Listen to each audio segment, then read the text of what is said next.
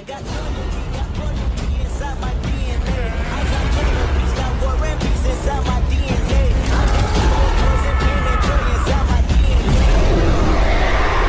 Hello and welcome back to my channel, Fanfic Fantasy. Join us as we delve into the realms of fanfiction and fantasy, bringing you the best stories and discussions. Today, we're kicking off the first part of our series, What If Demon Tanjiro Never Turned Human Again? If you enjoy this video, please give it a like and subscribe for more content in the future. The author of this story is Kenmanator from Wattpad. All the relevant links are in the description. Feel free to say hello to the author on their profile. Now, let's dive into the fanfic. Narrator Pav. Everyone thought Tanjiro died after Muzan had been turned to ash. Until Tanjiro woke up, they saw his arm heal. They tried to burn him in the sun, but it didn't work. He conquered the sun. And with that he killed the last two pillars, Sanmi and Jiwoo. And with it he nearly killed his friends, but Kanao managed to inject half of the serum to turn Tanjiro into human. But he only had half his humanity with him, and he escaped, leaving his former friends and his former sister distraught. Time skip modern era. A woman who was sitting at a platform played her kodo, and with that a new upper moon came who wore a rice hat, had two antlers, he had long white hair, and it was ending with a dark blue color. He wore a light blue kimono, and had a bow and arrow. The bow seemed like it was sharpened to be used like a melee weapon as well, and his light blue eyes read Upper Moon 6. My lord the Upper Moon immediately kneeled before the new demon king, Kamado Tanjiro, who was working on something with chemicals. What is it? Speak. Tanjiro said there is a large number of hashiras rallying, and they appear to be stronger than the previous hashiras, the Upper Moon said. Tanjiro had to see this for himself. Tanjiro Pav. I had to see these pillars for myself, and there I saw two of them and their slayers looked so familiar.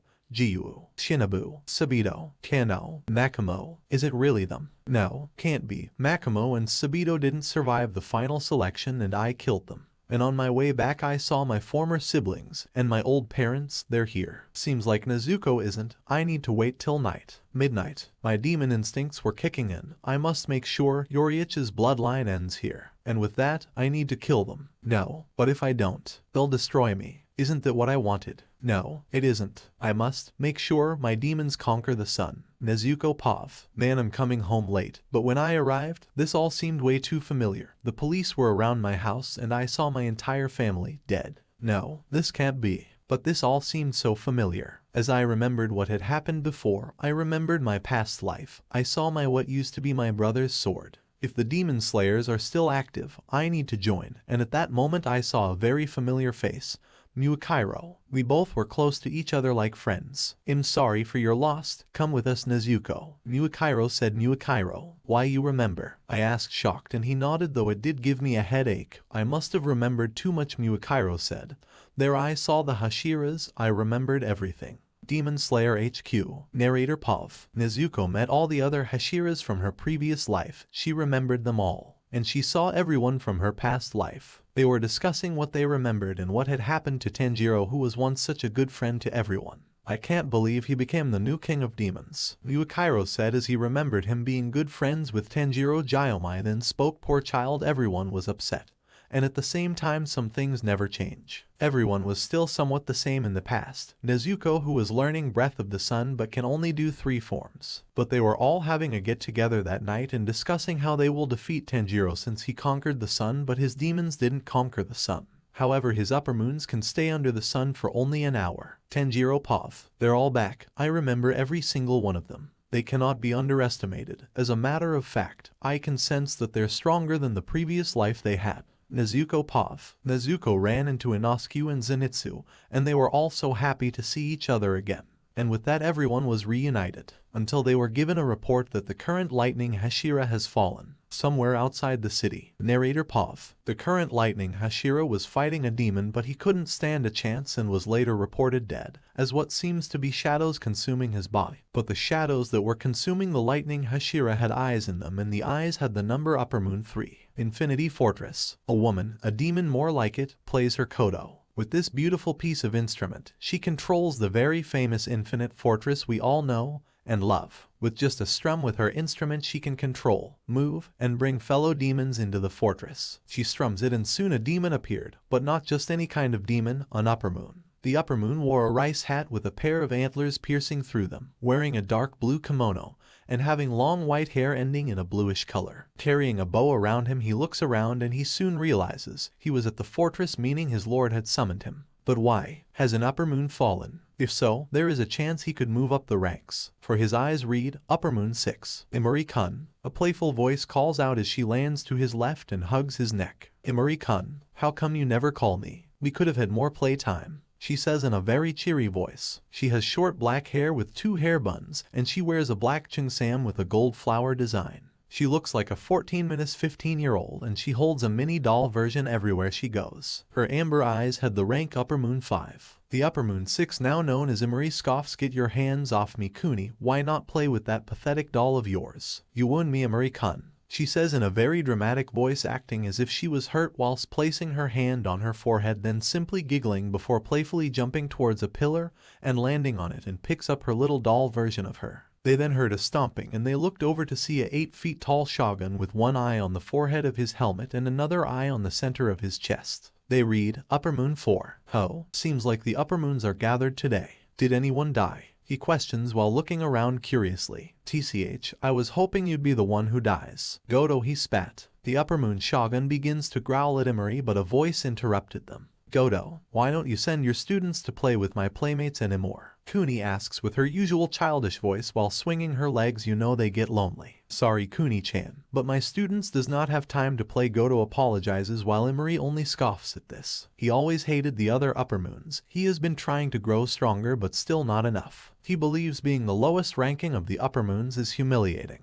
Just then they see a massive amount of shadows with eyes that said, Upper Moon 3, and they were all familiar with this. "Kenishi-kun," Kuni called out, "you don't need to present yourself with your shadows to us. We are still playmates after all." The shadows dispersed and revealed a 8-10-year-old, wears a white collared shirt and gray pants with a gray vest. Short black hair that's partially spiked up, but only at one portion of his hair. "We are not playmates," Kuni the now Kenishi says, but his voice is not the only voice being spoken. At the same time, the voices of many others can be heard. "We are merely fellow upper moons," he says in all seriousness. Just then the voice of the sound of the roof opening and the sound of wings flapping interrupts them as a new demon arrives. "Yo, how have you all been?" A 6-winged upper moon questions, his eyes reading Upper Moon 2. "Nice to see you all are alive." "Can't say the same for Upper Moon 1. He exclaims while laughing arrogantly. "That is where you are mistaken, Kano." A soft voice spoke out. They all turned their heads to face the Kodo lady, the one who brought them all here. Upper Moon 1 was the first one to arrive. "She has been waiting all of you to arrive the entire time,"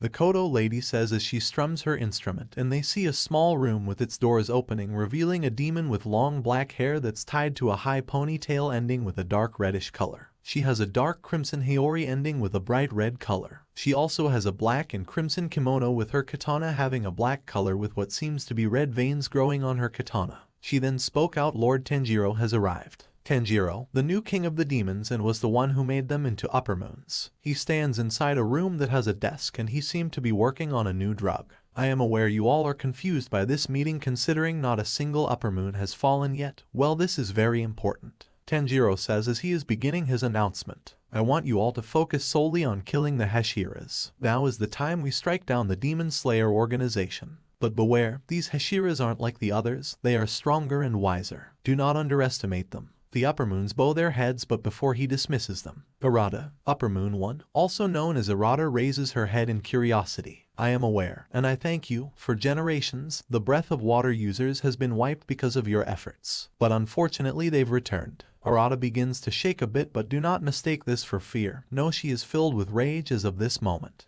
"Tomioka Jiu, the water new Hashira. He is strong, but I'll leave his fate in your hands." She nods her head and says, "As you wish, Tanjiro-sama." After that, the Kodo lady strums her instrument, and just then Tanjiro vanishes, signifying that he has left the fortress. "Well, Arata, seems like one slipped under your radar," Kano says jokingly as Goto laughs alongside him. Arata didn't seem to like that comment, but Kuni stops her from killing the two. "Alwa, Arata-chan, don't be upset, they are only joking. Your efforts though are very much appreciated," the doll girl says as she hangs upside down next to Arata. "Shut up, you buffoons. You are too loud. How you made it to the ranks of the upper moons is beyond me," Imari says. This angers Goto. "What was that? You're all big talk when you are the weakest among us," Goto exclaims, but soon he finds an arrow pierce the eye on his head. "Gah, you bastard." Godo exclaims as he removes the arrow from his eye as it heals. Imari and Godo get ready to fight it out, but the second Godo reaches for his giant katana, he finds his arm cut off despite being armored, and in a swift motion Imari loses both his arms as well, making him drop his bow. Enough you two. Tanjiro-sama says that now is the time we play our cards,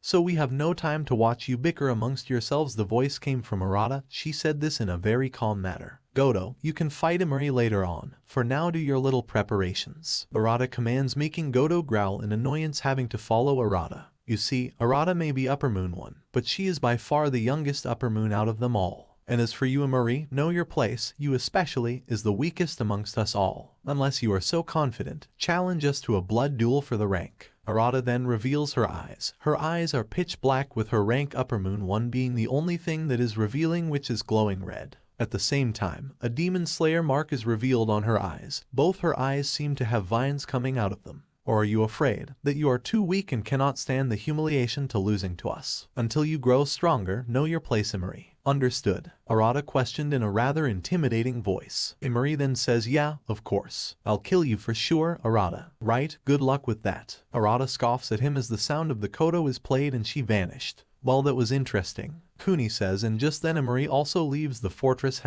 Hey Kenishi-kun. Wanna play with me and hunt the hashiras together? Kenishi shook his head. I refuse, in a very cold voice as he also vanishes. Awa, you don't have to be so cold to us Kenishi-kun. Upper Moon 5 mumbles. Just then Godo leaves as well, so she decides to take her leave as well, leaving Kano by himself. Hey wait, don't leave me all alone, he exclaims as he turns his head to the Kodo lady. Hey Kodo lady, how about? Before he could even finish his sentence or offer I refuse, the Kodo lady says as she forces him out of the fortress with her kodo. Now I will introduce you to my fan-made Upper Moons. Upper Moon 6 Imari. He wears a rice hat and he has a pair of antlers, carries a bow that is sharpened so it can be used as a melee weapon, wears a dark blue kimono with a sky-like pattern, has long white hair ending with a dark bluish color. Blood demon art. Well, to be fair, his blood demon art is kind of obvious when he's holding a bow. Upper Moon 5 Kuni. She has short black hair with 2 hair buns, and she wears a black cheongsam with a gold flower design.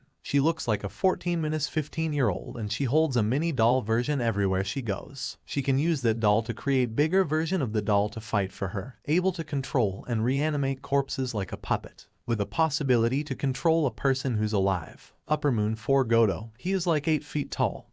He always has armor making him look like a shogun, along with a giant katana. And the top of his helmet is an eye, and at the center of his chest is another eye, both representing his rank. Upper Moon 3 Kenishi has the looks of a 8-10-year-old, wears a white collared shirt and gray pants with a gray vest. Short black hair that's partially spiked up, but only at one portion of his hair. Though he looks normal and his eyes don't say his rank, his shadows carry the rank on their eyes for him. Using his own shadow he manipulated to form animals or make these spiked shadow creatures that are like living spikes and can be any size he wants.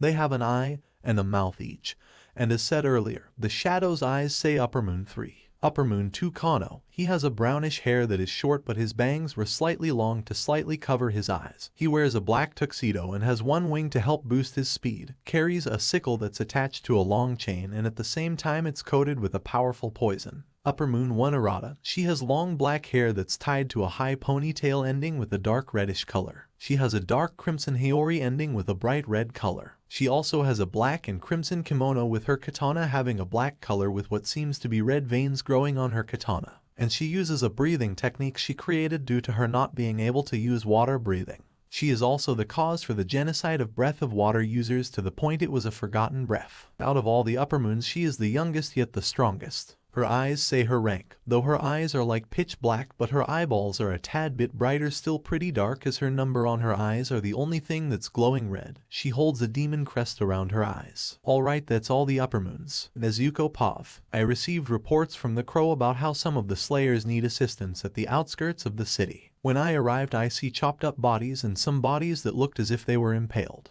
Then I saw a samurai about to attack me with a katana, but I heard him growl, and I finished it off immediately. Good thing its necks are exposed. Then something big came crashing down. I avoided it. Then I saw an 8 feet tall shogun, but at the center of its chest and at the center of its helmet was an eye, and I saw the rank Upper Moon 4. Don't be afraid, you're stronger than before. Narrator Pav. You killed my samurai with ease. The Upper Moon yelled, I am Godo, a shogun, and you will prove to be a worthy opponent. As he soon summoned more samurais to fight for him, then mist soon surrounded them. Breath of Mist, 4th form. Shifting flow / Muakairo quickly unsheathes their sword and dashes towards their enemy at blinding speeds and delivers a quick slash from beneath them. The samurais turned to ashes, then 3 more samurais came and Nezuko dealt with them. Dance of the Fire God, Raging Sun. Nezuko unleashes 2 horizontal slashes to hit or defend from incoming attacks, and the samurais turned to ashes. Then the Upper Moon laughed, "You can deal with my samurais with ease. You will prove to be a worthy battle, and judging by looks, you're a pillar. Our lord has ordered us to hunt you down specifically." This shocked Nezuko and Muakairo, and no, that's not true. My brother would never do that. Goto just laughed. Your brother. Don't forget, that was the old life, and he was the one who killed your family. Muakairo had enough of it. Breath of Mist, 1st form, Low Clouds, Distant Haze. Muakairo unleashes a powerful thrust attack in front of them. However, he could barely pierce his armor. It will take more than that. As Goto drew out his blade and with one slash he chopped down several trees but missed Muakairo. Blood Demon Art. Blade Wheel as he sliced his giant katana to launch a pair of spinning blades at the pair. They both dodged it. Blood Demon Art. Disembowelment as he stabbed the ground and Nezuko, and Muakairo jumped up avoiding the blades that came up from the ground. Impressive. Goto said, "I can see why the Lord wants you dead now. Shut up." Muakairo said. Breath of Mist, 6th form. Lunar Dispersing Mist. Muakairo backflips into the air, while upside down and delivers countless ranged slashes downwards, capable of decimating dozens of targets at once. Muakairo was only able to cut his arm off due to his armor, but it healed in a second with its armor. Breath of Mist, 2nd form. 8-layered mist. Muakairo unleashes 8 forward slashes with each one on top of the other in extremely quick succession. But when the mist cleared, the Upper Moon looked unaffected by the attacks, as with one slash he knocked Muakairo back, injuring him a bit. "Prepare for an honorable death," Goto said as Muakairo looked at him with a wide grin, making Goto confused. Then from above, Dance of the Fire God, Fire Wheel. Nezuko leaps behind the opponent and spins in the air downward, releasing a sword attack in a circular motion. But because of Goto's quick reaction, he only got his arm and some of his armor cut off. It all melted like butter. "I see." Blood Demon Art, Reinforced Armor, as Goto used it to restore his damaged armor, and it seemed like there was another layer of armor. Dance of the Fire God, Flame Dance. A 2-combo strike which starts with a vertical slash and then a horizontal one right after, and she still managed to cut Goto's hand off, but it healed in a blink of an eye before nearly slicing Nezuko in half. But she still got injured from the slash. And same with Muakairo, who saved her. Then Uzui came in and lopped his arm off, but it healed in a second. Impressive. "Even with my reinforced armor, you still chopped my arm off," Goto said. "Of course," Uzui said, "for I am the most flamboyant pillar, the Sound Pillar." As Nezuko got up and Muakairo got up as well, getting ready to attack the Upper Moon. Breath of Sound, 4th form. Constant resounding slashes. The user holds their swords apart and spins them rapidly in conjunction with releasing his bombs, creating massive explosions while defending themselves from attacks. But he used it to attack, and it proved to be a truly flamboyant attack. Along with Nezuko and Muakairo, they nearly cut Goto's head off, but he summoned his samurai and retreated. Hey, you two fought off the new Upper Moon. How flamboyant." Uzui yelled. "Yeah, but I think you need to carry us," Muakairo said as he collapsed. They made it to Shinobu and Kani's new estate to recover. It took a while to cover up the fight though, because there were people who heard the fighting.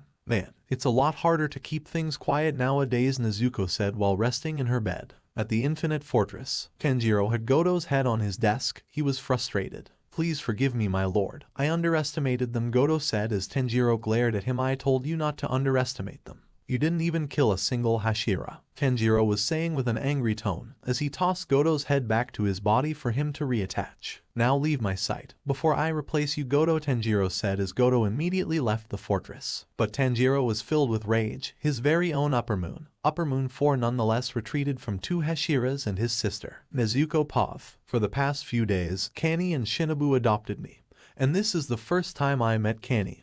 I've heard about her, glad I finally get to meet her in person." Upon walking back to Shinobu after getting some groceries, I noticed some people talking about how some rice farmers have gone missing. I checked my phone and 12 rice farmers has gone missing. I went to Shinobu and she said that I'd have to investigate it with some other slayers. There were at least 10 of us, and Zenitsu and Inoskue were both with me. But Inoskue being Inoskue, still being loud as ever, and Zenitsu still being a simp. When we arrived at the location with my group, we saw a rice hat float by the river. It had a blood stains on it. Then one of our slayers got shot by an arrow, who still uses arrows these days. But the more concerning thing was that we were in an open field. There was no way for anyone to ambush us, and the forest was like an hour away from us on foot. Then another arrow came straight towards us, but the arrow went through another slayer and curved towards the next, then the other, till it was about to hit Zenitsu, till I destroyed the arrow. And the arrow turned to ash. What was that? Asked one of the slayers as Zenitsu screamed, "Kyaa! We're gonna die. Look out." I yelled as another arrow came towards us, but this time Inoskue destroyed it. Try me. Insoku yelled as more arrows were manifesting and began attacking from all directions. We were fighting it off, well, except for Zenitsu. Inoskue then used one of his forms, Find the Demon. Izzy. Inoskue yelled Breath of Beast, 7th form. Spatial awareness. The user utilizes their sense of touch to identify the position of enemies and their weaknesses by feeling small disturbances in the air. This technique was so strong that Inosuke Hashira could sense all the demons spread out through a whole mountain. Found it, to the forest, yelled Inoskue as we all began running towards the forest, but by the time we arrived, only me, Inoskue, and Zenitsu were left. Our other allies were dead, as we saw a group of 5 slayers arrive as reinforcements. What happened here? One of the slayers asked while running towards us, until the 5 of them got shot by one arrow, and we saw him, a demon with a pair of antlers and a rice hat. We saw his eyes and they read, Upper Moon 6. Narrator Pav. I want to make this quick. Now be gone, Upper Moon 6 said before launching several arrows, and at that moment Jiu arrived and destroyed the arrows, but some arrows still scratched Jiu. Finally, a pillar. This is what I needed. Upper Moon 6 said as he pointed towards to the sky and shot his arrow. Blood Demon Art. Arena Dome, as it created a dome around Jiu and Upper Moon 6. Tomioka-san. Nezuko yelled while trying to break the dome. This dome will not break until either one of us dies, Upper Moon 6 said. Then that was when Upper Moon 6 got ready to shoot. What seemed like one arrow turned into over 10 arrows towards Jiu. Breath of Water, 11th form. Dead calm. The user ceases all body movements and enters a state of complete tranquility, deflecting, blocking and cutting any incoming attacks with imperceptible speed with his blade. This technique impressed Upper Moon 6. I have never seen that before. Upper Moon 6 exclaimed, no wonder why Master wants you dead. What is your name? I am Emery. Upper Moon 6. I am Tomioka. Jiu responded as he got ready to attack again. Breath of Water, 2nd form. Water Wheel. The user leaps and vertically spins forward in the air while releasing a flowing attack in a circular motion. But because of Upper Moon 6's sharpened bow, he used it like a close-range weapon and dashed in a blink of an eye, injuring Jiu. But because Jiu was using Water Wheel, Emery lost his arms but healed in a blink of an eye. You're the best water Hashira I've fought yet. Then he readied his bow again and shot more arrows. Jiu was holding out, but due to the dome, the arrows were stronger and faster. Nezuko, Zenitsu, and Inoskue were trying to break the dome until they saw the sun rising. Blood Demon Art doesn't work in the sun, so when the sun was rising the dome turned to ash. They noticed that Upper Moon 6 wasn't burning right away, and he immediately retreated deeper into the forest to escape the sunlight. Jiu was way too injured. He'll be fine, Jiu said before Nezuko, Zenitsu and Inoskue carried him back to the estate. Infinity Fortress. Emery Pav. I can't regenerate. This is my punishment for failing to kill a Hashira. Please forgive me, my lord. I begged as I felt the lord's eyes glare at me. You failed to kill a Hashira and it was just one. The Upper Moons are failing to kill just one Hashira and are only creating wounds, Lord Tanjiro said to me and the rest of the Upper Moons. Narrator Pav. Tanjiro was furious. I should just replace the Upper Moons if they're unable to kill one Hashira, Tanjiro said, as the other Upper Moons bowed while Goto yelled, please forgive us, master. While Upper Moon 1, who was always kneeling, didn't beg, but she was calm and expected that from Tanjiro. Instead of creating chaos outside of the city, cause chaos inside. Whether the humans discover us or not will not matter, Tanjiro said as all the Upper Moons bowed their heads and left the fortress. And that was when Tanjiro left and went to the city. Time skip nighttime. Nezuko was walking through the city. At some areas it was more crowded. She was with Zenitsu, Inoskue, Kanao, and AI walking through the crowded area. It was like a festival. They were having fun until Nezuko felt a presence. A familiar one as well with dark aura. She immediately rushed to that area with her katana to her waist. Wait up,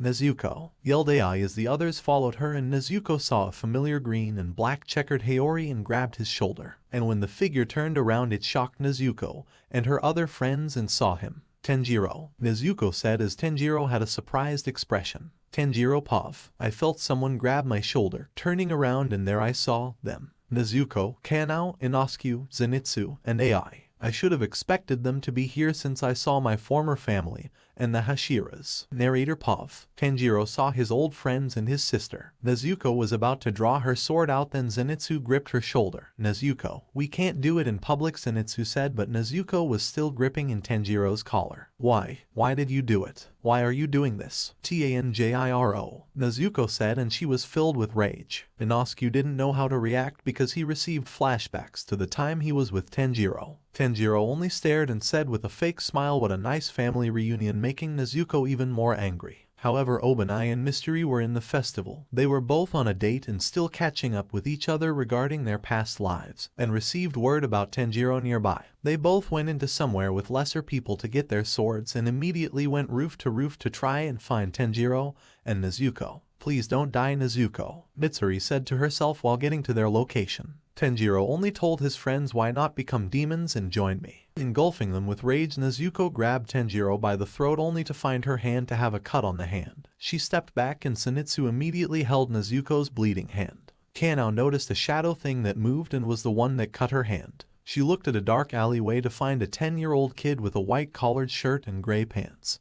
He had a grin and Kanao was actually scared. He saw a giant shadow spike manifest and cover the kid's eye. The shadow then opened its eye and revealed a rank saying Upper Moon 3. Mystery and Obanai saw Tanjiro and Nezuko. They were about to jump down and attack, but Obanai stopped and grabbed Mystery's arm. She was confused till she looked in front of them and saw a shadowy figure with the only thing lighting up was a glowing red light saying Upper Moon 1, and the shadowy figure spoke, do not touch our lord, as the two pair of eyes with the rank vanished. Tanjiro had immediately left the squad. While walking away, he began having flashbacks of them. His human instincts were kicking in. Tanjiro Pov, Nezuko, Kanao, Aoi, Zenitsu, Inoskue. I'm sorry, I can't be forgiven for what I've done. No, I shouldn't apologize. I need to make sure my demons conquer the sun. No, my friends, they will kill me. I have no choice. Or should I? Never, I must be the one and perfect being. I just have to rid myself of my humanity. But my humanity, no. I will kill the demon slayers. Narrator Pov. Tanjiro walked into a dark alleyway and snapped my fingers for two of my pathetic lower moons to arrive. Lower Moon 3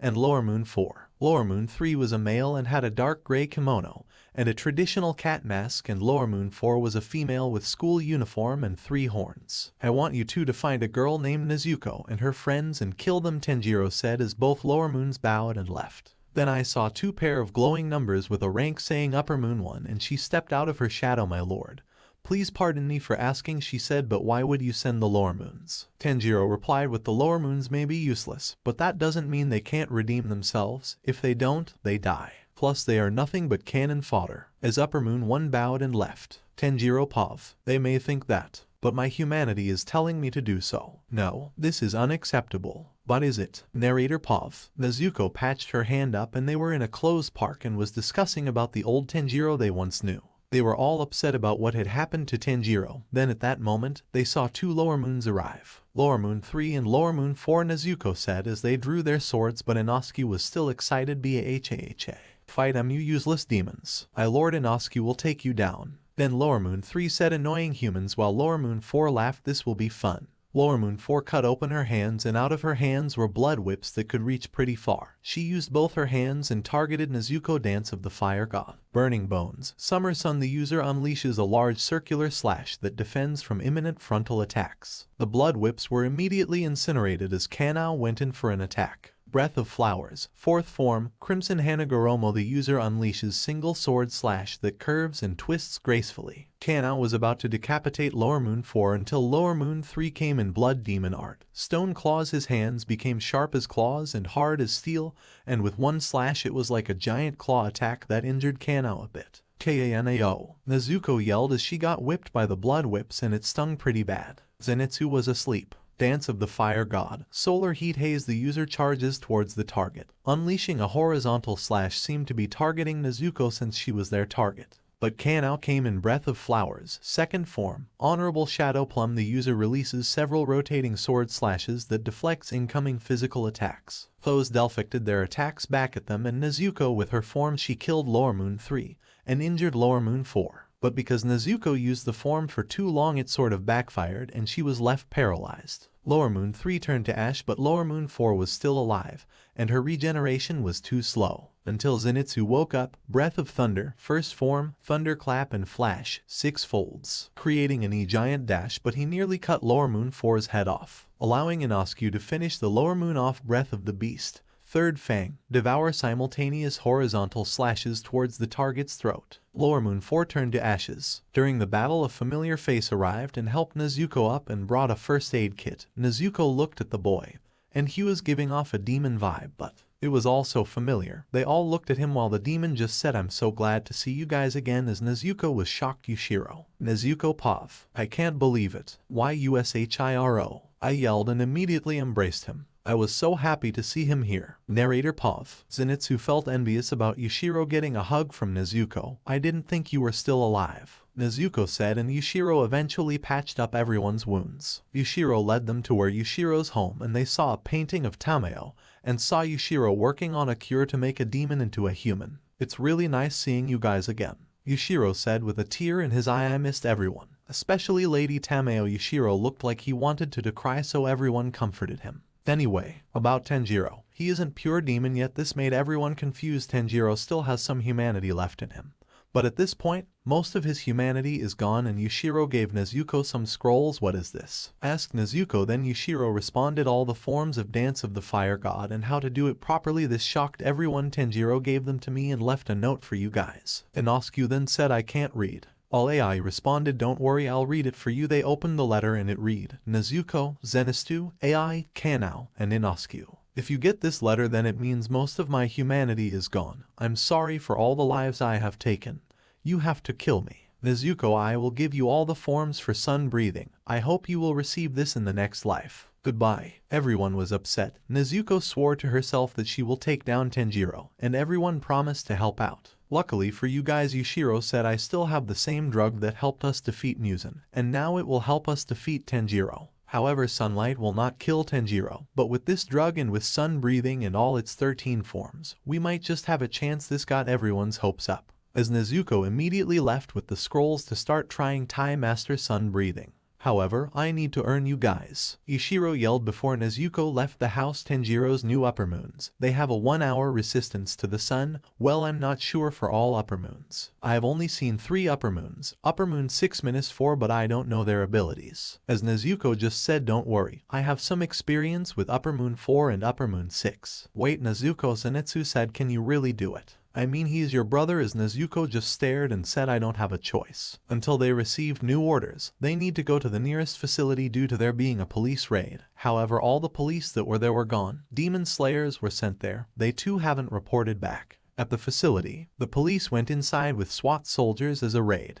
However, when they entered, all the gangsters that they were supposed to raid were dead. They were confused, but they were given orders to continue sweeping the facility. Then suddenly one of the soldiers suddenly vanished. One of the soldiers looked below them to see a puddle of black goo, and he was immediately pulled into it, scaring the other soldiers. Then suddenly one of the soldiers shoots a soldier, and so on. Then eventually the soldiers who shot the other soldiers shot themselves. The soldiers who were outside saw black goo manifesting beneath them, and they were all pulled in, one by one. The Demon Slayers had arrived only for them to share the same fate as the soldiers that were there. When Nezuko and the others arrived at the scene, they saw the corpses, and Zenitsu was Afriad. Then Yushiro arrived and said this is not the cause of a lower moon. Then they saw the black goo manifesting, and they jumoed away immediately, and were faced by a giant stuffed doll. It tried to attack them, but thanks to Inoskue, Breath of the Beast, Second Fang, rip and tear a double slash with his 2 blades in both diagonals. But he failed to decapitate it, since for a giant stuffed doll it was fast. However, he did cut off its arm before it began trying to crush them. Dance of the Fire God, Clear Blue Sky. The user spins their body vertically to deliver a 360 slash, but only cut off the demon's arms, allowing Kanao to finish it off. Breath of Flowers, 5th form.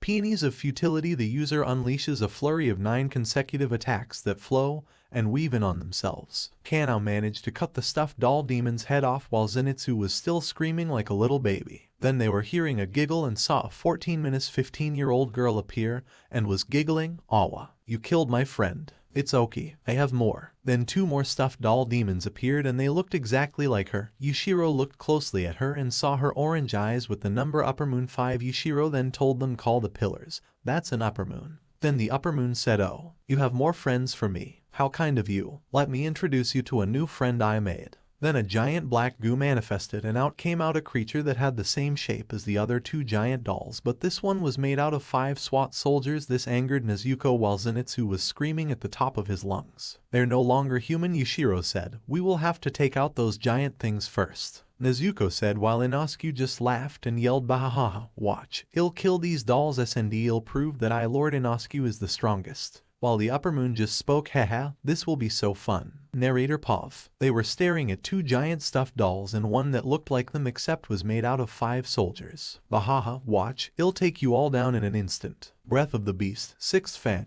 Palisade bite. Inoskue yelled like usual and creates a simultaneous decapitation with his 2 swords from both directions. He was fighting one of the huge dolls, but the doll was rather resistant and kept trying to crush Inoskue till he got punched back to a crate and breaking it.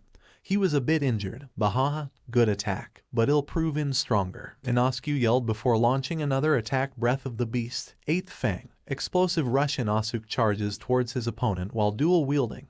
Then he swings his blades to decapitate them. However, he failed to decapitate the doll but ends up destroying its arms, allowing Inoskue to finish it off. Breath of the Beast, 3rd Fang. Devour. Simultaneous horizontal slashes towards the target's throat. The doll was decapitated and soon turned to ashes. The second doll was being fought by Kanao, but just as she was about to fight it, Breath of Thunder, 1st form, Thunderclap and Flash, 4 folds. Then lightning was emitting from Zenitsu. Using the form, he cut off the limbs of the doll as Kanao ran to finish it off. Breath of Flowers, 4th form, Crimson Hanagoromo. The user unleashes single sword slash that curves and twists gracefully. And they both watched the doll turn to ash. And finally was the doll that was made out of 5 soldiers. Just as Nezuko was about to attack, she saw a puddle of black goo manifesting beneath her. She dodged it as she saw several black goo arms try to grab her. Inoskue was about to fight the doll until he felt his movement stop. Inoskue, what's wrong? Yelled Nezuko as she saw Inoskue being controlled like a puppet. I can't move. Inoskue said as he felt himself begin attacking Kanao, who was blocking her slashes. She noticed the strings, but when she tried to cut them, it was life deflecting a sword.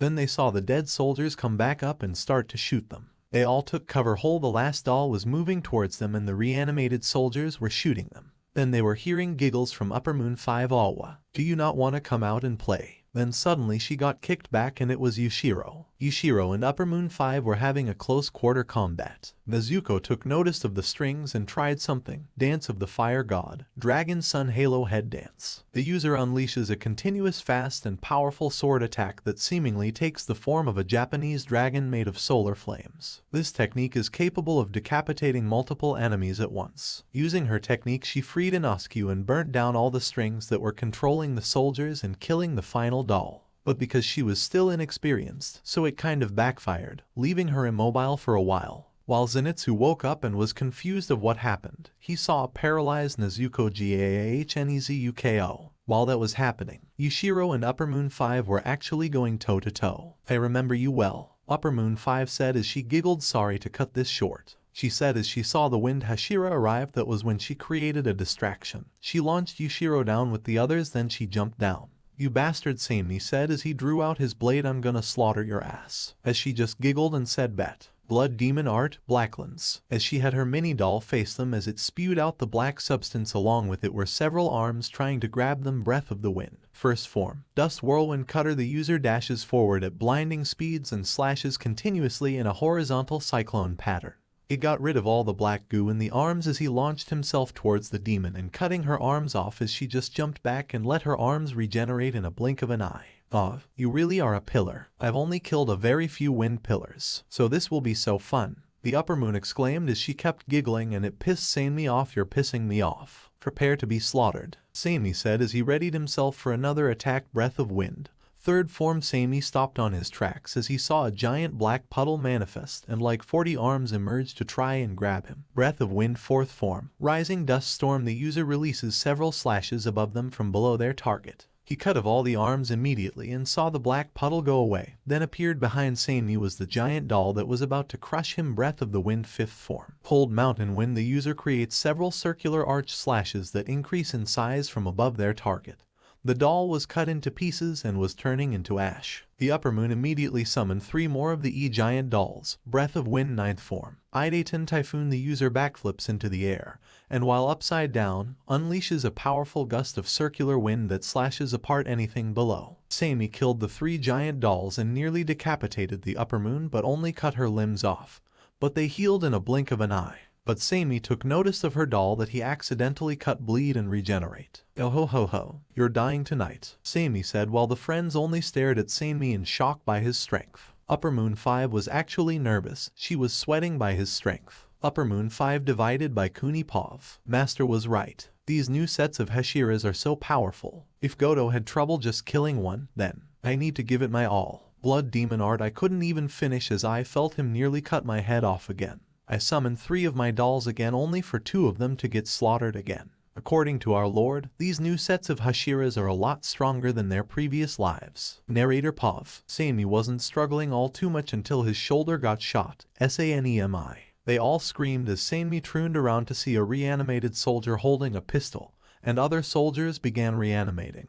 And they all began shooting at Seimi. But thanks to Seimi's swift reflexes he got to cover fast, and soon all the soldiers ran out of ammunition. You can't reload, bahahaha. Seimi was laughing, but he saw reanimated slayers start attacking. He tried to cut the strings only for the string to be as hard as steel. But Kanao came in and the Kambako squad came in and were holding off the reanimated soldiers and slayers. Go Sanemi-san. Get the demon, yelled Nezuko as Seimi just nodded and ran towards the Upper Moon. Prepare TP die, Seimi yelled as the Upper Moon tried to hold him back with her black substances. Breath of Wind 3rd form. Clean Storm Wind Tree. The user unleashes a whirlwind of slashes around their body that can defend them from incoming attacks and slice up their surroundings. He destroyed the hands that were emerging from the black goo and chopped her head off, but he saw she was regenerating her head. Until Seimi remembered her doll bled. I see. I just need to kill you and your toy at the same time, Seimi said before rushing for another attack until a giant doll figure came and stopped Seimi in his tracks by punching him away. He coughed up a bit of blood and held his bleeding shoulder. You little shit. Breath of Wind 2nd form. Claws Purifying Wind. The user lifts the sword upwards towards the right, above their head, and unleashes 4 vertical slashes at once down on the enemy resembling claws. He killed the giant doll and saw her head nearly fully healing. He was about to kill the doll until some kind of shadow spike emerged and slashed a bit of Seimi's torso, and then another emerged and slashed his left shoulder. Seimi jumped back and knelt down trying to stop the bleeding. Sanemi-san, Nezuko yelled as she saw the shadow spike things emerging, and they looked alive. Then soon their eyes and mouths opened up. The eyes said Upper Moon 3 as they saw a kid wearing a white collared shirt and gray pants come out and smiled at them. There is no escaping, the kid said, but when he spoke it sounded like their multiple voices. I'll clean up this mess. But seeing as you nearly killed my comrade, I'm going to expect more out of you. Wind Hashira. Then Seimi looked angry and saw behind him were the facility doors that were slightly opened with sunlight piercing through. Watch this, you tiny piece of shit. Breath of Wind 1st form. Dust Whirlwind Cutter. The user dashes forward at blinding speeds and slashes continuously in a horizontal cyclone pattern. The shadow spike things were trying to stop Seimi, who came in any size as Seimi reached the doors and opened them wide, revealing sunlight as all the shadow spike creatures were shrieking and immediately turned to ash as Kanao, inoskue, Zenitsu, and Nezuko escaped with Seimi, while Yushiro went his own way by going invisible and going wherever there was shade. While they were retreating, Nezuko looked behind her to see the kid just smile at them, and soon he vanished. Then 3 armored vehicles arrived and a man in a tuxedo came. Greetings, demon slayers. Please, let us take care of your injuries. As he showed his ID to reveal he is a high-ranking government official. Kanao, Inoskue, and Zenitsu were injured from Upper Moon 3, same with Nezuko. They were brought to a hospital where they were treated. Infinity Fortress. Tanjiro was mad that Upper Moon 3 or Kanishi had to interfere just to save Upper Moon 4 or Kuni. You disappointed me, Kuni, Tanjiro said as all the Upper Moons were there. Don't play with your prey, Tanjiro said. Kill them right away. Begin consuming more humans. Get stronger. Consume rare bloods. As they all nodded and said yes my lord before vanishing as the Kodo lady played her Kodo. as they all left to consume more humans. Upper Moon 1 Arata wasn't just consuming humans, she was working on a new form for her breath. Sanmi Pov, this is bullshit. I have to stay in a hospital room with shitty food and these 4 fucksticks. But at least Kanny visits me. She comes here to visit Kanao, but she also visits me as well. So it wasn't all too bad. I get to hang out with her more. Narrator Pov. As Sanmi was just lying down on the bed, Kanny came in with the other Hashiras. Hello, everyone. Mystery yelled Ara Ara. You're a bit too loud, Mitsuri-san, Kanny said as she waved towards Sanmi and Kanao. Sanmi blushed a bit when Kanny sat beside him. So, you look like shit, Obanai said towards Sanmi. Why am I here again? Yuakairo asked while Jiu decided tell them what has been happening. Demon activity has been lesser and lesser each day.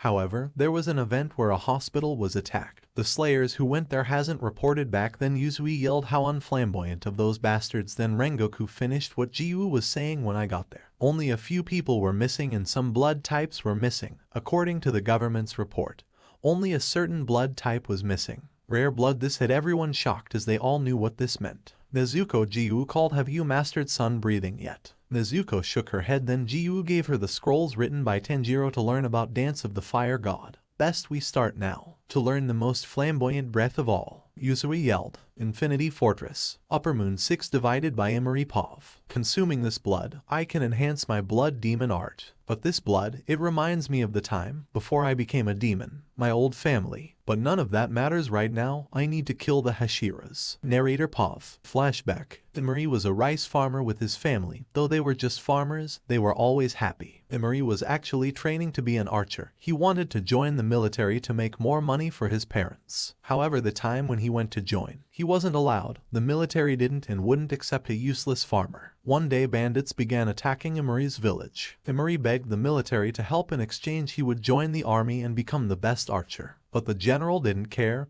He just laughed, leaving Emery's village and family killed. One day he shot the general with his bow and arrow. This angered the soldiers and he was sentenced to death. But just as he was about to be executed, a man with a green and black checkered haori came. Such a pitiful being. Nobody deserves this fate, he said, and the guards that were there was shocked and was angry. Hey, who do you think you are? One of the soldiers yelled before drawing his katana and attacked the man only for his sword to break. Emery was scared and was in tears, though he accepted death so he can join his family. The man, or better known as Tanjiro, saved him. He then cut open his hand and gave Emery some of his blood. Emery drank it and felt a surge of power. He killed the executioner, the judge, and the soldiers nearby, consuming them for strength. End of flashback. Upper Moon 6 divided by Emery Pov. I owe the Lord my life. He gave me life when and gave me a purpose to live again. The government was until this day is cruel. We will take them down. Narrator Pov. Emery gripped his bow harder and left the fortress and stood in front of a small military camp, killing all the soldiers with just 3 arrows. Upper Moon 5 divided by Kuni Pov. I remember when we all met up. I remember when I met the Lord at the beginning. Before I became an Upper Moon, this doll reminds me of my old friend. Flashback. I was an orphan. Everyone saw me as a bad omen.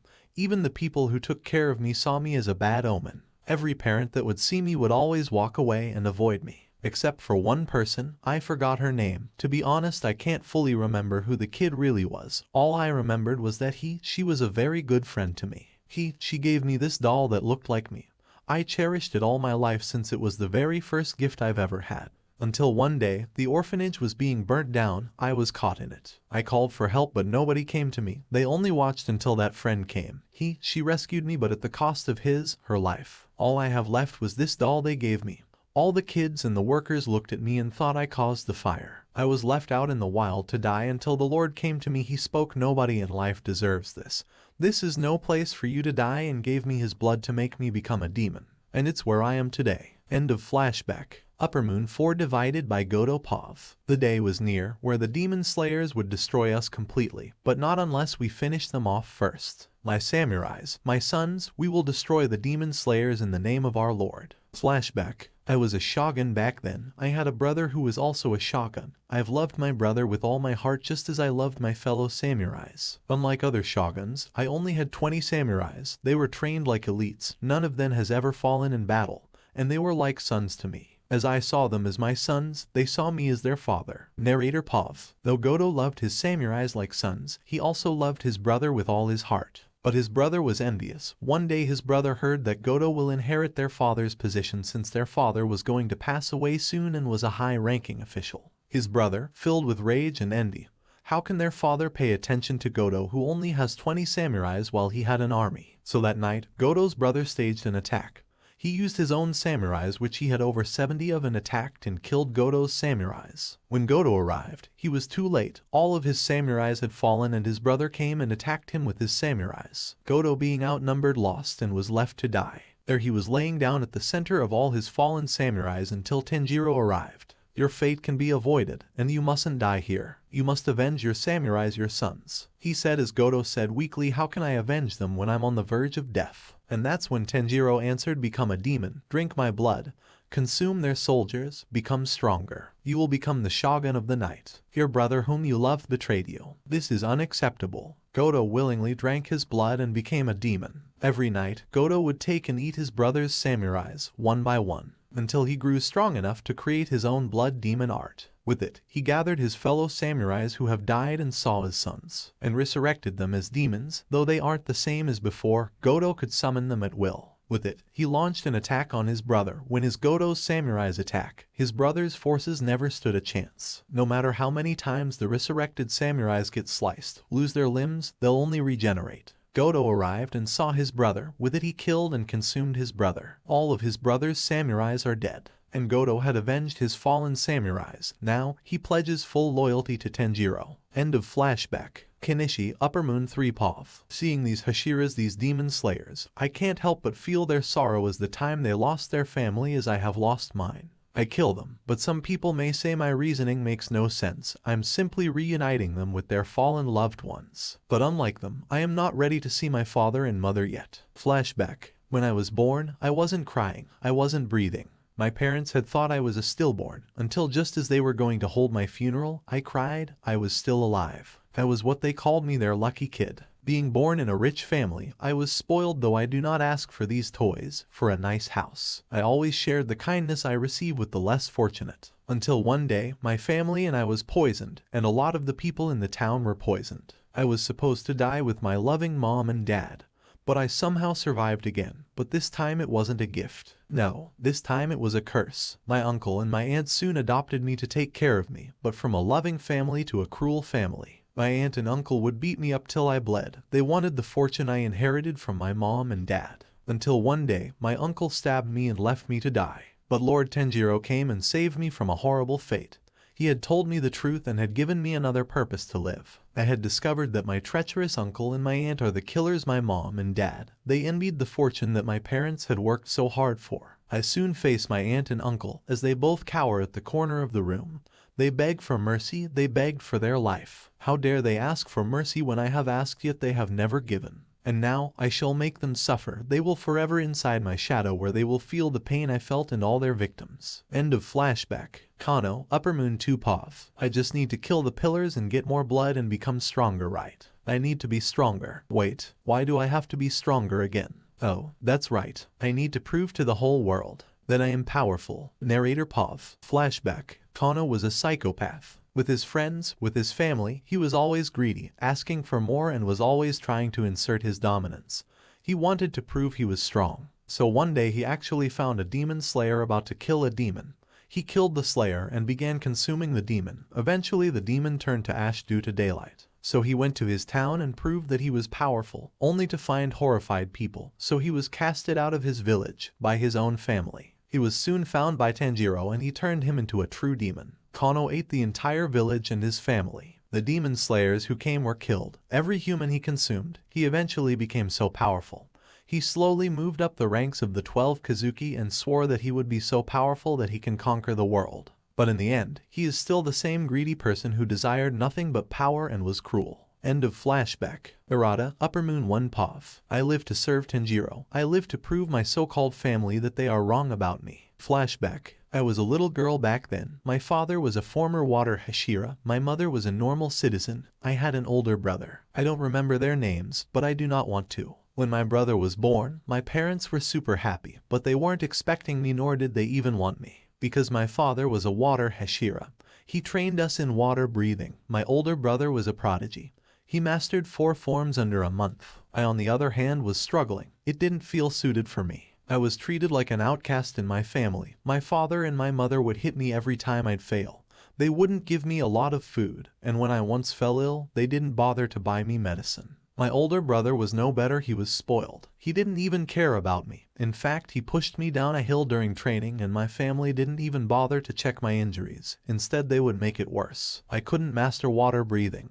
It never felt suited for me. One day I stumbled upon an ancient library within the headquarters of the Slayers. There I had discovered an ancient breathing style. I couldn't master that as well, but later on I had combined the techniques of both breaths I have learnt. With that, I have forged a breath of my own. I was the true prodigy unlike my brother, but they saw me as nothing more than a disgrace. They had called my technique a disgrace, a corrupted form of breath of water. The day came, the day I can prove my true strength and Lower Moon 1 will be my test subject. It may have been luck, it may have been planned, but I care not. My brother couldn't defeat the Lower Moon and would have died if I hadn't saved his life while fighting the Lower Moon with the breath I personally created. But during the fight, it was so difficult, I nearly died until I unlocked the Demon Crest mark. Despite saving the life of the brother whom I despised, he wasn't grateful. No, he was infuriated. He wanted to kill me right then and there. I had just injured his pride. Unfortunately, my strength came at a price. I would die at the young age of 25. But they were also happy that I would die at the age of 25, meaning they won't have to deal with me anymore. That night, walking alone at the street, I was in tears. I went to the spot where I would go every time to escape them and think. I was covering my eyes because the demon crest was around my eyes. I wanted to end it all. I wanted to kill myself. Until Lord Tanjiro came. I recognized him immediately and got ready for a fight. But then he only stared at me and was giving me a very warm smile, something I haven't seen or felt at all. He had sat down in front of me and on that day he said to me, I know you may not have long to live, but perhaps I could help. How can you help me? I sobbed. My tears poured from my eyes as I fell to my knees. I had felt as if I had lost my will. I can't endure this pain, this hatred much longer. I want to live. I want to prove them wrong. I want to prove I am strong, but I can't even live long. I kept sobbing. I was on the ground. Never in my life had I ever cried this much as I want to prove how strong I am. Then, I felt a warm feeling. I opened my eyes to find myself in an embrace by the Demon King himself. It felt so warm, so comfy, it felt like something I have never felt before. Was it love? It's okay, let it out, Tanjiro said as he gently wiped the tears that fell from my eyes. I don't want to be so weak. I want to live. I want to prove my family that they are wrong about me. I whispered. Are you sure? He asked and I nodded. After this, there is no turning back. I will turn you into a demon, consume my blood, and you will feel a strength you've never felt before. Most don't survive, but I believe you can. My eyes widened. The stories about the Demon King, about him being so cruel, it wasn't true. They call him a demon, they call him a monster, yet the worst monster I have met was my own family. The one who was proclaimed to be the king of demons was kinder, was nothing like my family. A few weeks had passed and my strength was growing at a rapid pace till the point I could be an upper moon. I even killed 2 more pillars. I was invited to the Infinity Fortress and there I saw the 6 upper moons. My eyes immediately focused on the current upper moon 1. He had a suit, had 4 eyes and had 3 horns. He carried a spear around him. His 4 eyes revealed his rank. When I saw him, I immediately imagined myself on that rank. I believe now is the time. We may or may not say goodbye to a moon, but welcome a new one. Tanjiro spoke, shocking all the upper moons. Please, welcome Arata, having been a new moon yet already killed a few hashiras. I then faced the man who carried the rank of number 1. I smirked and pointed at the man who stands with pride. I shall face you. I chose to challenge a blood duel against upper moon 1. The upper moons were shocked, some were laughing, but the duel soon began. The duel had lasted for 3 days, but eventually I had done it. Not only did I win the duel and claim the rank, but I had also killed upper moon 1. As his head rolls onto my feet, he slowly turns into ash, and at that moment, I claimed the title of Upper Moon 1 throughout the years. I have been enhancing my new breath and I serve Lord Tanjiro to repay the debt I owe to him for not only saving my life but also opening my eyes. Many nights from now, I have deemed myself ready to face my family, and it will be their last day. I walked home and there I saw my brother had officially became the new water Hashira. What a joke. Only becoming a Hashira for being a descendant of one. He could hardly face a lower moon. As I approached closer to them, they saw my eye glowing in the dark, and they were filled with anger, rage, and I could sense they were a bit scared of me because they saw my eye having the rank upper moon 1. They spat at me and called me a traitor, and others. So that night, I had enough. I dueled my brother, the new water Hashira. The battle lasted for a while, but eventually I emerged victorious and decapitated my brother. This feeling, it felt so satisfying. I looked towards my mom and dad to see them in tears and was furious with me. My father picked up his sword and tried to kill me, but the battle only lasted for a short time. But I didn't just stab him, I also consumed his flesh. Same with my mom. These kills felt so satisfying, and that was when for the first time in my life, I felt joy. End of flashback. Demon Slayers. Narrator Pav. The Demon Slayers have been preparing, Nezuko nearly mastering all the sun-breathing forms, and some relationships have been blossoming. Narrator Pav. Kano, the current Upper Moon 2, was going out for a hunt. He wanted more of the Lord's blood by hunting down the Hashiras. He wanted to take the rank of Upper Moon 1 from Arata. With the Demon Slayers, Nezuko was on her last day in the hospital. Finally, I get to leave this place. Nezuko yelled in excitement, then Kani and Shinobu, who was there to check on Kano, just laughed. By the way, my mom and stepdad is on the way, Inoskue said, making everyone confused. Wait, stepdad? Asked Zenitsu as they heard a knock on the door. Came and was Inoskue's mother and said, Inoskue, young man, you had me worried sick. I'm fine, mom, Inoskue yelled. Then they heard a voice, you shouldn't worry your mom like that. And the voice came from the person who just came in, and it was Dama. Kano, Kani, and Shinobu stared in shock as they remembered him darn well in their previous life, but they had the look as if they wanted to murder him. Mom, Uncle Doma, I am phone. Now go away, Inoskue yelled as his mother scolded him while Dama, or his stepdad, just laughed. After all that, Inoskue left with his mum and Dama. Everyone left the hospital. Nezuko was walking around the park during the night until she sensed the presence of a strong demon nearby. She didn't have her katana with her. She was panicking. Desperately looking around, she barely dodged a flying scythe. Impressive, a voice said, coming from where the flying scythe came from. And the figure emerged from the shadows. He was wearing a tuxedo and had a wing. He was holding a sickle that was attached to a chain. Nezuko was standing on fear. She saw his eyes. You Upper Moon 2, Nezuko said as she stumbled back in fear. She didn't have her katana with her. Oh, it's you, the Upper Moon exclaimed. You're the last member of that family I killed. Nezuko was confused and shocked. Wait, it was you. You were the one who killed them, Nezuko said as she remembers. Nezuko Pav, this Upper Moon. He was the one who killed them. No, but, so it wasn't Tanjiro. Kano, Upper Moon 2 Pav. I remember her. I killed her family. Oh, the sadness that this little girl had to suffer. Don't worry, little girl. Your suffering will end and you'll join your family soon, I exclaimed with happiness. I cannot imagine myself begging for my own life. Narrator Pav. Kano was about to slice Nezuko until something deflected his sickle away. Standing in front of Nezuko was now Sabito. Oh, a demon slayer. Should be fun, Upper Moon 2 said as someone nearly cut his heck, but he reacted fast, and the unknown person landed next to Sabito. It was Makamo. Don't worry, Nezuko, Makamo said as she stared at Nezuko with a smile. We can handle him. Sabito with his mask on dashed at the Upper Moon. Breath of water, third form, flowing dance. Sabito swings and bends their blade in a winding motion along with their body and dances in a flowing pattern, slicing everything in its path. What seemed like one side that Sabito sliced, suddenly there were multiple chains and scythes flying around. Sabito dodged and jumped back, but suddenly his mask was cut in half. Sabito, you okay? Asked Nezuko as Sabito just said, it's just my mask. I'm good. He then looked back at the Upper Moon, who revealed just one wing, but he only saw one chain and scythe. Sabito then told Makamo, I'll handle the chains. You cut his head off. Makamo nodded as they both charged at him at different directions. Breath of water, fourth form, striking tides, Sabito said as he makes multiple consecutive slashes while twisting their body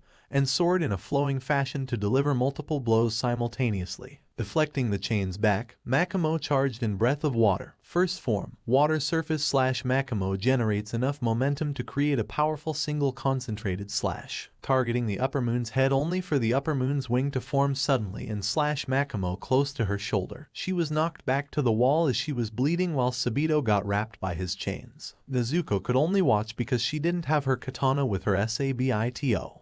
Makamo. Water users. Oh, interesting, Upper Moon 2 said happily. I hardly get to fight water users nowadays because Arata Sabito was able to break out using a form Breath of Water. 6th form, Whirlpool. Sabito fiercely twists their upper and lower body, creating a whirlpool of air that cuts anything caught in it. Sabito broke the chains only for the upper moon to start swinging the chains and the scythes around, and it seems like it's generating more chains and scythes. Sabito couldn't find an angle to pass through the chains. Then suddenly a scythe swung towards him and sliced his upper chest a bit. As he knelt down, he began to feel drowsy. He then realized it was poison. My poison has no cure. You only have a few minutes left, the upper moon said while laughing as Makamo came from behind using a form. She cut his wing off, but the upper moon whipped Makamo with his chain, causing her to hit a wall. She even coughed up blood. Breath of Water. The upper moon turned to see Sabito now standing up. 10th form, Constant Flux. Sabito yelled as he charged in and kept twisting and turning when needed to avoid the attacks as much as possible. Soon a water dragon formed from Sabito's blade as he was charging in.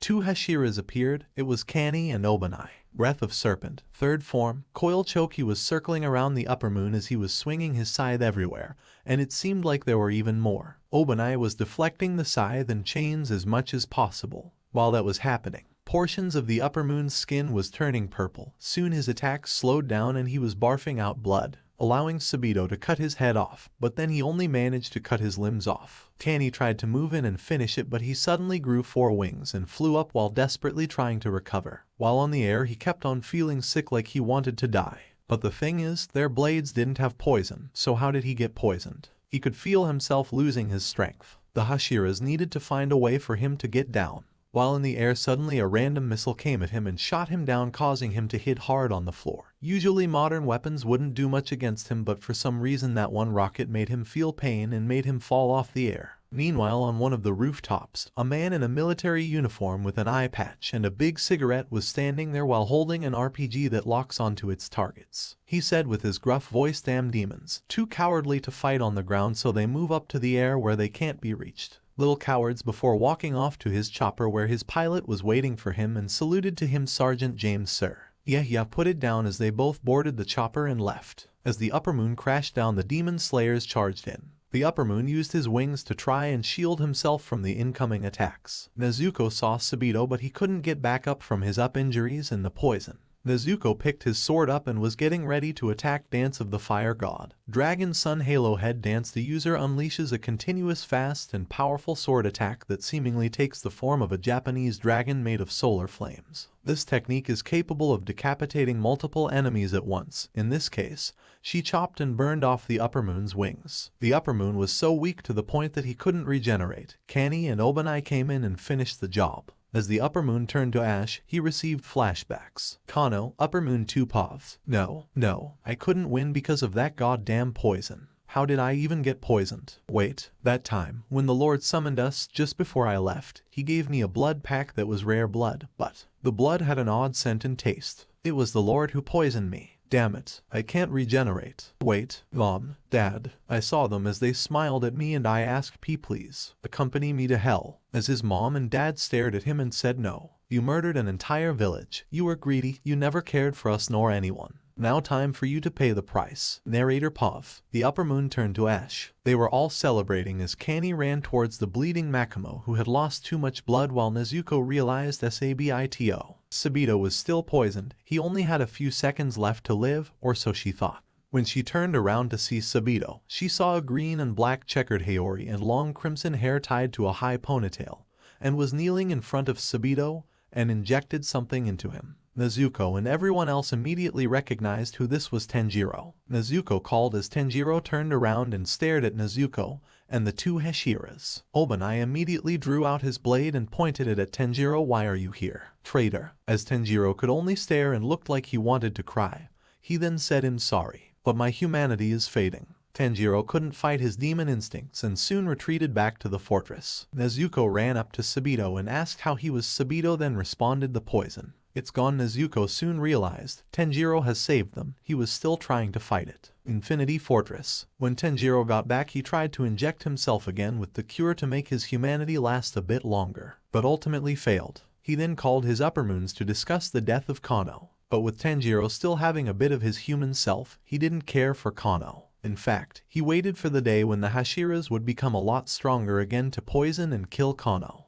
because he didn't have a use for Kano anymore and never pitied him. The reason why he chose his upper moons was because he cared for them and didn't want them to suffer. But Kano, on the other hand, he didn't care. He was only an upper moon because of his strength. Narrator pause. 15 years after Muzan's defeat. Still in the Taisho era, the demon slayers were broken. With all the hashiras dying and with the new demon king stronger than ever, the demon slayers needed to work harder than before. But at this time they were still reforming the hashiras. Former hashiras were given the order to immediately begin training the demon slayers to become stronger. The son of Kage Yubayashiki, Kiriya. He was still so young, yet he already had to lead the demon slayers. He didn't want his father, his mother, and his sister's sacrifices to go in vain. With demon slayers spread around the country thin, it didn't take too long until Tanjiro made a move. Tanjiro was walking through the center of a village that was on fire with his katana by his side.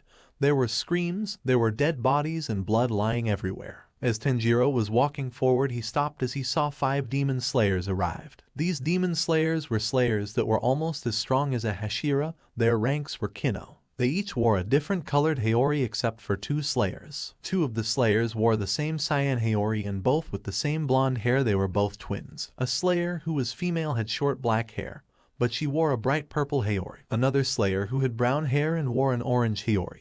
And the one leading them was wearing a striped brown and yellow Haori, but he had black spiky hair. They stood across Tanjiro while Tanjiro only put on a small smile before gesturing them to come at him. The slayer that was leading them immediately got into a stance preparing to do a form. He said before unleashing the form Breath of Thunder 3rd form. Thunder Swarm. The user surrounds the enemy with waves of arch lightning and attacks them from all directions. But he didn't even land a scratch on Tanjiro. The second he was an inch away from him getting ready to decapitate him, Tanjiro punched him back so hard that he went flying back to the spot where he stood with his squad, creating a small crater, and the spot where Tanjiro punched him left a hole on his chest as he immediately died. The slayers stood and watched in fear as they saw Tanjiro's fist with blood. Tanjiro looked at the other slayers as they also got ready to attack. The twin slayers immediately got into the exact same stance and muttered Breath of Water, 10th form. Constant Flux. The users performs a continuous flowing attack which seemingly takes the form of a water dragon that increases in strength and power with each rotation due to momentum. They both were attacking Tanjiro using the same form at the exact same time at both the left and right. Tanjiro only stood still and watched as he placed his hand on his katana. The second the 2 twins got close, Tanjiro unleashed his sword with one quick slash. The twins were now behind Tanjiro. It seemed like they didn't do damage to each other until both twins' chests spewed out a lot of blood. Tanjiro had slashed them but so fast they didn't even notice until their chests spewed out a lot of blood as both twins immediately died. The last 2 Kino slayers were staring in fear. They both looked at each other and nodded before looking back at Tanjiro and charged, but not before they each muttered their own breath. The male muttered Breath of Fire. 5th form. Flame Tiger. The user unleashes a powerful series of sword slashes that seemingly takes the form of a rampaging tiger engulfed in flames that charges towards the enemy at blinding speeds. While the female muttered Breath of Serpent. 4th form. Twin-headed reptile. The user leaps forward and performs a horizontal slash that slices through the target, with the flame user reaching Tanjiro first. Tanjiro slashed from the left waist up to his right shoulder, slicing him to 2, while the female who just reached him was immediately decapitated by Tanjiro. While Tanjiro stared at the corpse of the Kino-ranked slayers, he looks back and sees an old friend, Zenitsu. Tanjiro said while Zenitsu stared with anger and with sadness seeing what his friend had become. Tanjiro. Why? What happened to you? Zenitsu asked with tears flowing down from his eyes while Tanjiro only stared and smiled. Why not become a demon? I need to replace the 12 demon moons, Tanjiro said, and I can't think of a better person than the man who created the 7th form of Breath of Thunder. This made Zenitsu even more angry. Zenitsu immediately got into position and muttered Breath of Thunder, 1st form, Thunderclap and Flash. Godspeed. An extension of the Thunderclap and Flash created by Zenitsu,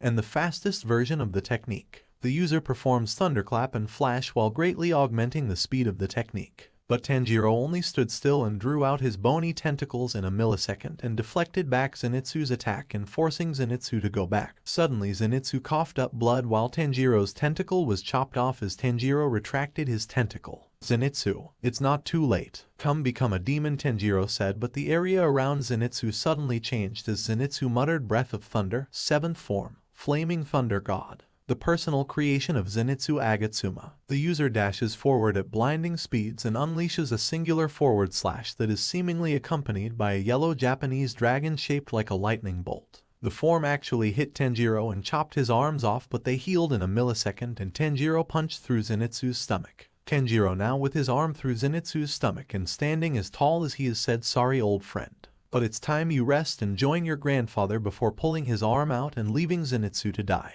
Nezuko, Inoskue, Ai, and Kano received word about Zenitsu's death and how he was killed by none other than Tanjiro. They swore that they would take Tanjiro down and stop his reign of terror. Now in modern days, Tanjiro still remembered the time when he had killed them in their previous lives, but that was his human side that was almost gone. Tanjiro was desperately injecting himself with the cure for demons to become humans so he can keep his humanity. But it wasn't enough. Each serum would only last him 10 minutes, but his drug was ready.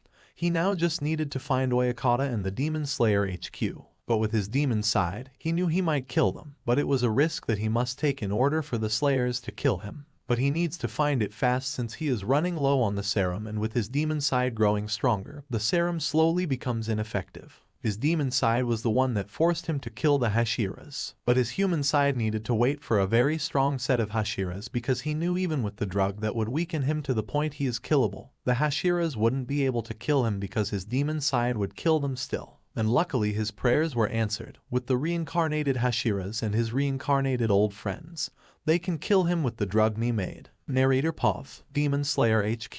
All the hashiras were kneeling down in front of Oyakata-sama, or better known as Kageye Yubaishiki. He was sitting in front of all of them and he said, "I'm really glad Makomo and Sabito survived, especially since they're one of the few water users left," making everyone shocked except for Jiu. "What do you mean by that, Oyakata-sama?" Shinobu asked while Muakairo was just staring at the sky. "What cloud was that again?" he thought. Oyakata then explained to his children 90 years ago, there was a former water Hashira who had 2 children. One of the children became a water Hashira, the other became a 12 Kazuki. However, that child soon became an upper moon and has been killing breath of water users, bringing breath of water users to the brink of extinction. Sammy then spoke up so that Brat has a vendetta against water users. "Sucks to be you, Jiu," but Jiu ignored the comment. "Demon activity has been lesser lately," Oyakata said as Yuzui said, "Does this seem and sound familiar to anyone or just me?" And Kyojiro replied, "I am getting that feeling as well. But we must defeat Kamato Shoten," with still his bright smile. Kani then said, "We must be careful. These demons have a short resistance to the sun.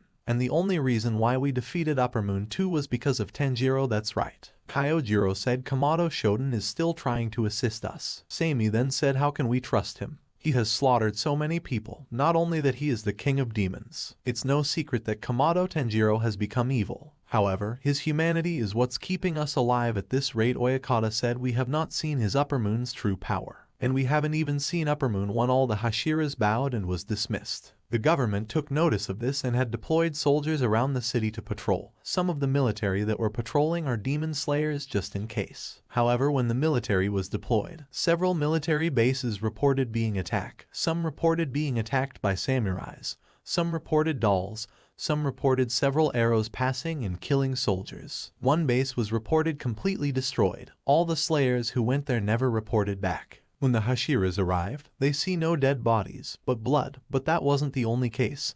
They witnessed several katanas and guns sticking out of the ground, as if it was a sign of respect and honor. Infinity Fortress. Each Upper Moon received their own territory.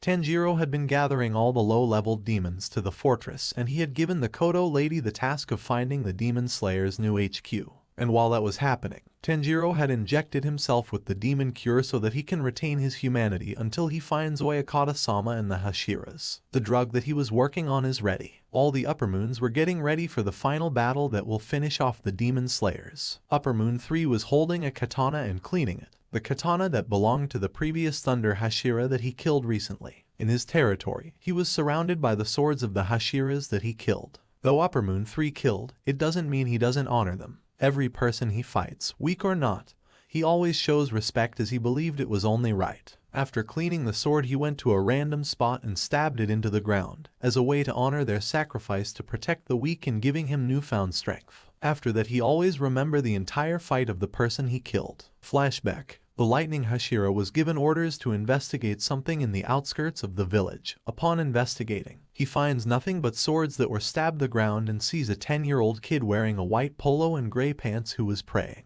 The lightning Hashira immediately knew he was an upper moon. The lightning Hashira was looking around and noticed the sword of his student. This made the pillar angry. He then saw the shadows forming behind the kid and revealed mouths and eyes. All the eyes said Upper Moon 3. The lightning Hashira got ready. A pillar. I was waiting for you, the upper moon said, and his voice sounded like there were a lot of voices, and among those voices, he could have sworn that he heard his student's voice. You, the lightning Hashira said, what have you done to these people? While the upper moon only replied, I only consumed them, but I honor them for giving me new strength each time I kill them, and that was when it was confirmed. The lightning Hashira heard his student's voice among them. You will pay. The lightning Hashira yelled as the fight began. Breath of thunder, fourth form, distant thunder. The Hashira generates a ball of electricity that releases waves of strong multi-directional lightning bolts from afar. However, the shadows blocked the attack as the attack just disappears. The upper moon then sent several of the shadows towards the pillar to what seems to be impossible to dodge. Breath of thunder, second form, rice spirit. The pillar releases 5 arch slashes made of lightning in quick succession. All the shadows were immediately cut off and turned to ash, only for a bigger one to appear. Breath of thunder, fifth form, heat lightning. The Hashira unleashes a long-ranged upward sword slash made of lightning. The shadow immediately turned to ash, then suddenly he was surrounded by the shadow spikes and he barely dodged them, but he was severely injured from the attacks. Heh. The Hashira laughed and said, I guess I may die here, but I'm bringing you down with me. Making the upper moon smile seeing the dedication the pillar has, then he said, well then, come at me. As a bigger shadow appeared and opened one giant eye saying Upper Moon 3, as several smaller shadows manifested and went towards the pillar trying to stab him, and it looked like they came from the giant shadow. Breath of thunder, first form, thunderclap and flash. The user unsheathes their katana, dashes forward at blinding speeds and decapitates their opponent faster than they can react before sheathing it back. But when he reached the upper moon with the form, he only managed to cut half of his neck as he was immediately impaled by a shadow. As the shadow lifts up the dying Hashira, the upper moon let his neck heal for a moment and said, you fought bravely, but now your fight is over. You fought with honor and you shall die with honor. Now join your student and your family in the afterlife, and may you have a good life in the next one. Rest in peace, Kaigaku, the Thunder Hashira. As the shadow that impaled Kaigaku slowly brought him down to the floor that was covered by a giant shadow that opened its mouth and ate Kaigaku whole, leaving his sword as the only thing to remember him by. Before Kaigaku was consumed, Kaigaku said this in his dying breath, Heh. I remember my previous life. I deserve this. Hey Zenitsu, if you remember me in the previous life, I just want to say I'm sorry. Find a wife and live a good life. Please take good care of Grandpa. End of flashback. At Zenitsu's home, Zenitsu was kneeling in front of a portrait of Kaigaku, him and his grandpa. His grandpa had passed away and he remembered the news of how Kaigaku became a Hashira but lost to an upper moon. From then on he swore he would find the upper moon that killed Kaigaku, and that he would avenge him. Narrator pause. Infinite Fortress. The Kodo lady was playing the Kodo, transporting other demons around the country to the fortress. Upper Moon 1, or also known as Arata, approaches her lord, Tanjiro. My lord, she kneels before him. What is it you require? That was when Kamado faced his Upper Moon 1. He placed his chemicals down. I am aware of the genocide caused towards the water users. However, you didn't kill them all. Arata clenched her fist. She still had a vendetta. They were the reason why she couldn't live a proper childhood. They were the reason she went through hell. Especially her father and her brother. You will get your chance. The last remaining water users are a few slayers and a Hashira. I offer you this chance because I am aware of you wanting to kill them. I know your reason. Hence that reason is why I chose you. Do not disappoint me, Arata. She bows her head as the Kodo lady plays her Kodo. Tanjiro looks to his left and there he sees his upper moons, standing at different spots of the fortress. They await their lord's command. The demon slayers fall today. We will do something that the previous demon lord failed to accomplish. With that, the sound of the Kodo could be heard as they were one by one transported to different areas of the fortress. Tanjiro sighs and looks towards the wall where he hung his sword. It was the same katana he first used when he joined the slayers. His humanity was fading. He injects himself with the cure. Unfortunately, it was his last one. He will use this opportunity to visit the slayers one last time, for once the cure has faded, he will be no more. The sun won't kill him, not yet at the very least. He prayed that the drug he prepared and the drug Yushiro was enough to kill him. If not, then the world would be doomed. Tanjiro took this opportunity to search for the demon slayers HQ. He needed to find Oyakata-sama. He wanted to warn them. He left the fortress and began searching. Demon Slayer HQ. The Demon Slayers have been rallied. All available units returned to HQ. A meeting was held with the government, specifically the head of the military. The Hashira sat around the table with Oyakata-sama at one end, and the other end was the government, so all demon activity has ceased. Has this happened before? The commander asked, and the Hashiras had memories of their previous life. They've seen this before, it was all too familiar. We have General Rengoku replied, and we must begin preparing. The last time this happened was when Komodo Tanjiro became the new king. Indeed, he is preparing to strike us down, Gyomai replied. If this is the case, then what do you need us to do? The general asked, and Oyakata spoke, only sunlight and our blades can harm them demons. However, the new demon king is immune to the sun and is searching for ways to make his followers immune. I have an idea, my soldiers. We've been harvesting and finding more of the Nichiren ore you spoke of. We are melting them into bullets. We can stand a chance against them. Though we know not much of hand-to-hand, we still have a chance. This is also our home. The Hashiras all looked at each other and nodded. Then this is it, his final attack, his final move against us. If we fail here, over 1 million innocent lives will be lost. And with that, the training begun, preparations began. Every demon slayer had been preparing for this moment.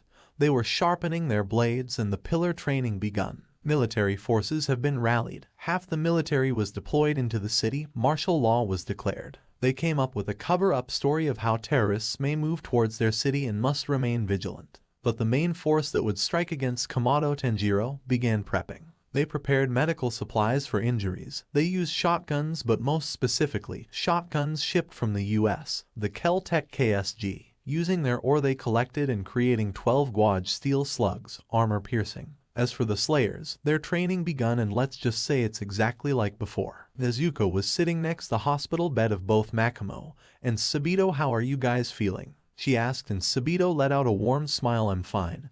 The cure took effect quick. But Makomo wasn't smiling. Makomo, what's wrong? Nezuko asked. It's just Tanjiro.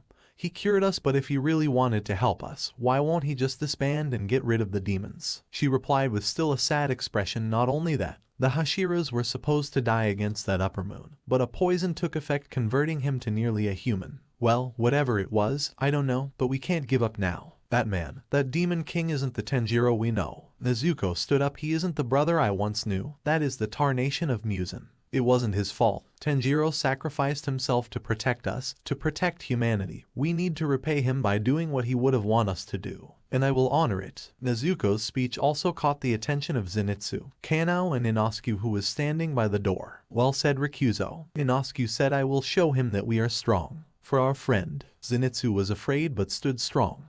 His brother didn't die for nothing. Tanjiro didn't sacrifice himself for nothing. Same with Kanao, except she wasn't afraid. Fear has never ran through her veins. We are with you wherever you go, Nezuko, Kanao said, placing her hand on Nezuko's shoulder. Just then they heard a voice coming through the door. Well said, Nezuko. They all turned, and they knew who it was. Tanjiro. Nezuko was tearing up at the sight of her brother, but his eyes weren't the same. I'm sorry, I wasn't strong enough. I know all the sins I have done are unforgivable. The serum won't last any much longer. This is where I bid you all my final goodbye. Everyone in the room wanted to cry at the sight of their fallen friend, a man who loved all and all loved him.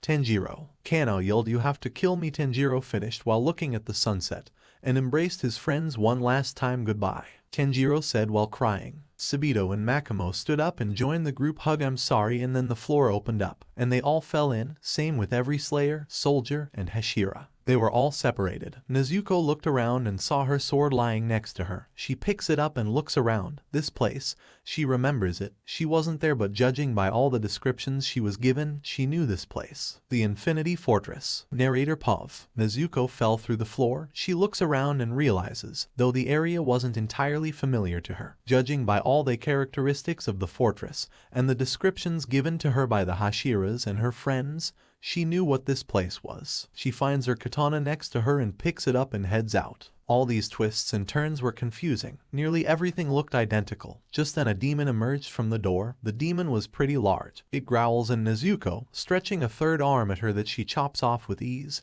Then the demon's head suddenly blown to bits. She looks to her left while the demon was turning to ashes. It was a squadron military soldiers and a squad of slayers. Are you all right? The soldier asked while loading an additional shell into his shotgun. Nezuko responded with a nod and said we need to keep moving before an upper moon or a stronger demon emerges. Then suddenly the sound of a koto was heard. They realized that the door where they came from changed and revealed to be a horde of demons. Light him up. The soldiers began shooting the demons whilst the slayers began decapitating. But their numbers were top large. But luckily they had Nezuko dance of the fire god dragon sun halo head dance. The user unleashes a continuous fast and powerful sword attack that seemingly takes the form of a Japanese dragon made of solar flames. This technique is capable of decapitating multiple enemies at once. All the demons turned to ash and the soldiers and slayers stared in awe with some of their jaws hitting the floor. She stared back at them with a confused look. What? She shrugged it off and continued to run through the fortress, the soldiers following behind her. Rushing through the fortress, cutting down demons along the way, searching for other members, and soon they came across a room and their eyes filled with horror. Nezuko Pav. We arrived at some kind of room, and looking at it just made me sick. The wall seemed to have dead slayers and soldiers, but their bones were broken, as in broken into tiny shards. And on the other side of the wall was blood as well. This was absolutely horrifying. What happened? There are no signs of any demons here. And just then the sound of the koto was heard, then I felt the room rumble. Narrator Pav. The soldiers looked to below them and the floor rised up to the floor so fast that it crushed the soldiers and the slayers. Only one soldier was left and 3 slayers, the others crushed by the floor. They screamed in horror at the sight of what just happened to their comrades. Nezuko saw a door and rushed to it. When she opened it she saw a massive room consisting of other smaller rooms, and at the center was the lady who played the koto. They jumped down to attack the koto lady knowing that she was the cause for the shifting of the rooms. That was her blood demon art. The soldier pointed his gun and fired, only for the koto lady to play her instrument, causing a wall to appear and block the shot. Another shot fired, and this time when she played they were in a different room, still near them, but the bullet hit something. They stared, shocked at the koto lady by her blood demon art. But then they heard groaning. They turned and realized, when the soldier shot, she didn't make him miss. No, it hit something but not a wall but a fellow slayer. The slayer drops dead. The soldier drops his gun at the horror that he just killed a fellow comrade. The 3 slayers including Nezuko didn't know what to do until one of them, engulfed by rage, he left them and began running to her weight. Nezuko cried out but it didn't matter. He charges and when he gets close, he slices and cuts someone's head off. But it was a shame it wasn't the koto lady nor a demon. He just killed a fellow slayer. The final 3 of the team was horrified, but they didn't have time to mourn for she played her koto. And soon a door manifests on the ceiling and a large demon with appendages impales the soldier and the slayer, but Nezuko avoided it. The demon growls. She attacks it, almost cutting its head off until the koto lady played her instrument. Nezuko almost found herself in a different room and nearly cut a soldier's head off but luckily stopped in her tracks. The soldier was shocked and so was she. This was Jiyu's team and luckily Kanao was in that team. Nezuko. Kanao cried out and the 2 friends embraced each other. There's no time for celebration. We need to keep moving immediately, Jiyu ordered. Soon the same demon with appendages appeared. It jumps to them but Jiyu killed it in an instant. We have to. Before Jiyu could finish his sentence, a door beneath the water Hashira opens and he falls on Tomioka-san. Nezuko yells but the door vanishes. They stared in shock and was wondering what they needed to do now. Jiyu falls through and lands on his feet. He looks around. The room seems different. The floor has some different tiles. But then he realized the floor was stained with blood. And he looks around. He was surrounded by bodies, dead slayers, their katanas shattered, their bodies some sliced in half. Others looked like they were stabbed. This wasn't the attack of an ordinary demon. But the most common thing amongst these slayers were that they were water users. He looks around and there in the distance he sees a woman on her knees. But just looking at her already made him shiver. Tomioka Jiyu, the current water Hashira. She spoke while standing up. Her eyes were shown to Jiyu. They were pitch black but the only thing glowing on her eyes was her Humner upper moon. Jiyu understood now. This was the very upper moon that genocided and nearly wiped out every breath of water users. And Jiyu needed to make sure that one, they survive and win, and 2, he must make sure that breath of water doesn't become a forgotten breath. Thank you for joining us on this incredible journey through What If Demon Tanjiro Never Turned Human Again. Found it as intriguing and thought-provoking as we did. A big shout out to Kenmanator for crafting such a compelling story. Don't forget to check out their profile on Wattpad for more amazing works. The link is in the description below. If you like this video, please give it a thumbs up, share it with your friends, and don't forget to subscribe to Quirky What If for more fascinating explorations into the world of fanfiction and fantasy. Your support helps us create more content like this, and we're always excited to hear your thoughts and suggestions in the comments section. See you guys in the next video.